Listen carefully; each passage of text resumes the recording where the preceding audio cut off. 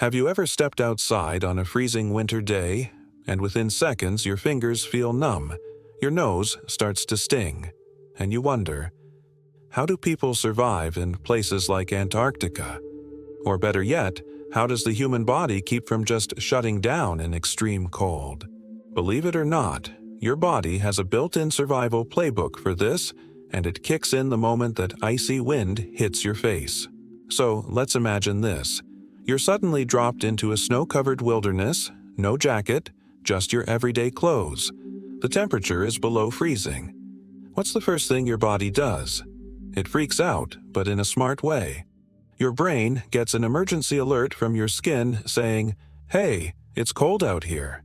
And your hypothalamus, the little control center in your brain, immediately goes into crisis mode. It triggers what's called vasoconstriction. Basically, your blood vessels near the surface of your skin start shrinking. Why? To keep the warm blood closer to your core, where your vital organs are. Your brain doesn't care much about your fingers or toes right now. It's trying to protect your heart, lungs, and brain, the stuff you absolutely need to stay alive. That's why your fingers and toes are often the first to go numb.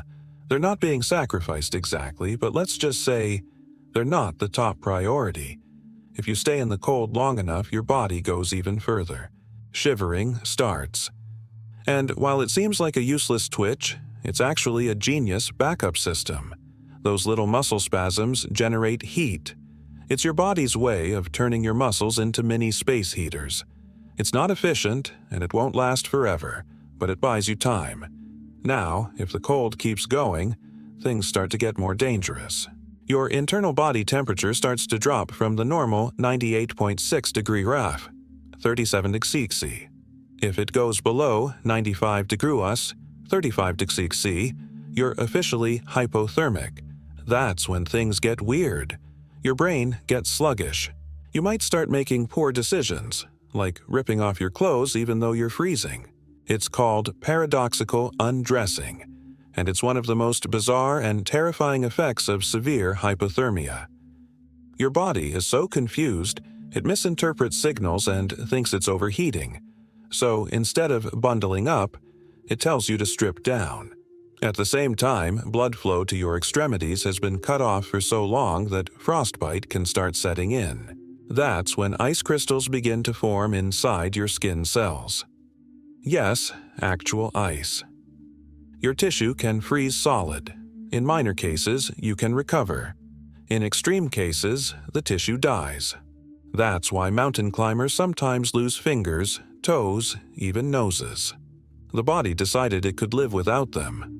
But not all reactions to cold are bad. In fact, some of them are pretty amazing. Take brown fat, for example. Most people think all fat is just something you want to lose, but brown fat is different. It's like nature's built-in furnace. Babies have a lot of it because they can't shiver well yet, but adults still have some, especially people who live in cold climates. When you're cold, brown fat starts burning calories to create heat. No shivering required. Some researchers are even exploring how activating brown fat might help with weight loss. Yep, the cold might actually help you burn fat.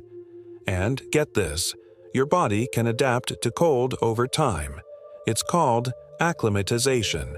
People who live in freezing environments for long periods can experience changes in blood flow, metabolism, and even skin temperature regulation. For example, the Nenets in Siberia or Inuit communities in the Arctic don't suffer from cold the same way someone from a tropical region would. Their bodies have learned to work with the cold, not fight it constantly. But despite all these defenses, the cold is still deadly. You can only survive a few hours in freezing conditions without proper clothing or shelter. That's why the best defense is smart preparation. Layered clothing traps heat. Covering your head keeps body heat from escaping through your scalp. Even something as simple as staying dry can make a huge difference. Wet clothes draw heat away from your body 25 times faster than dry ones. So next time you step outside and your teeth start chattering, remember, it's not just an annoying reaction. It's part of a carefully coordinated survival plan that's been hardwired into you since the beginning of human evolution. Your body is battling the cold in dozens of silent, invisible ways. It's making choices every second about what to save, what to let go, and how to keep your core temperature just high enough to stay alive. We often think of humans as fragile when compared to animals like polar bears or penguins, but truth is, we're pretty resilient. We don't have thick fur or blubber, but we have something just as powerful: adaptability.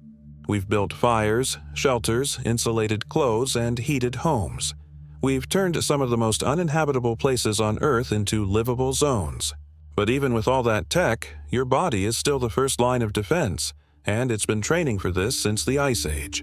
So whether you're snowboarding in the Alps, walking to school on a freezing January morning, or just reaching into the back of the freezer for a popsicle, your body is quietly doing everything it can to keep your engine running. It's an incredible, silent dance between heat and survival. And now, you'll never look at Goosebumps the same way again. Hey there, if you're enjoying this video and appreciate the effort behind it, don't forget to like this video. It really helps the channel grow, and if you haven't already, hit that subscribe button and turn on the notifications so you never miss an update. Oh, and one more thing, share this video with your friends. Spread the love and support. Alright, now let's get back to the video. Let me know if you want any tweaks.